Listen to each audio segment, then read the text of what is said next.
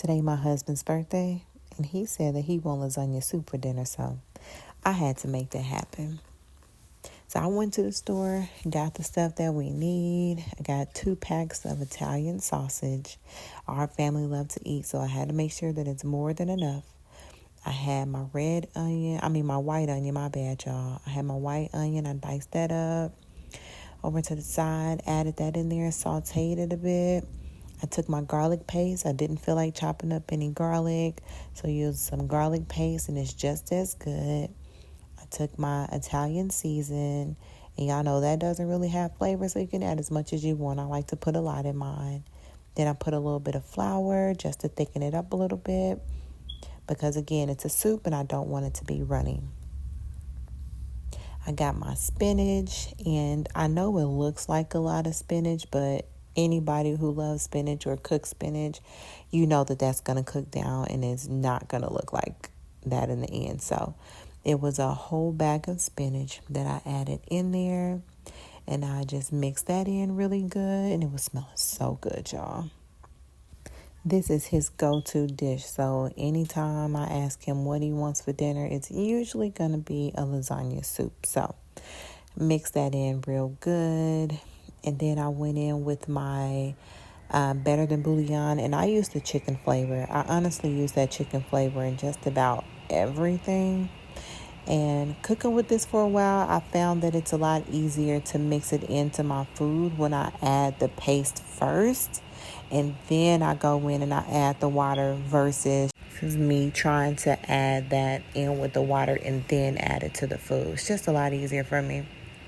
So this is the sweet heat seasoning. If you notice, I'm not going to use any other salt again because I have Italian sausage, and you know that has salt already in it. And then this sweet heat seasoning. Other than the Italian seasoning, that's all that I add to this dish, and it is so fire as far as flavor goes, or seasoning goes. And you just saw I had my roasted red bell peppers, so I took those and just chopped them up really good and added that in there. I would prefer for them to be whole, but we got kids, and you know how kids be, especially our daughter. She'll want to pick stuff out, so had to give that a little taste, and it was fire, guys. And that was before everything was in there. So now I'm just going to get my lasagna noodles. Again, this is lasagna soup, so you take the lasagna noodles, and we're just going to break that up in there. But first, we're going to get the Parmesan cheese, and if I can get this open, finally. So get this Parmesan cheese, and you can put as much as you want in there or as little as you want. I didn't put a whole lot. So put the Parmesan cheese in there, and then just go in and break up the lasagna noodles. There's no special technique. You literally just go in and you just break it up, put it in there, mix it up really good, and then you just allow the soup to simmer until your noodles are tender.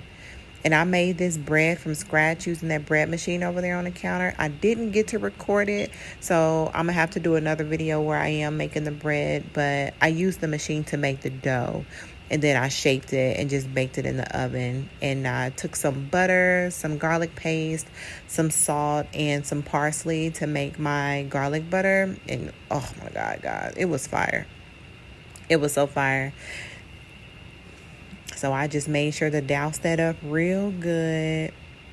I want that bread to be soft and buttery and just melt in your mouth type of bread. I love bread. But this is the finished product, my lasagna soup. If you haven't had it, give it a try. I'll have the ingredients listed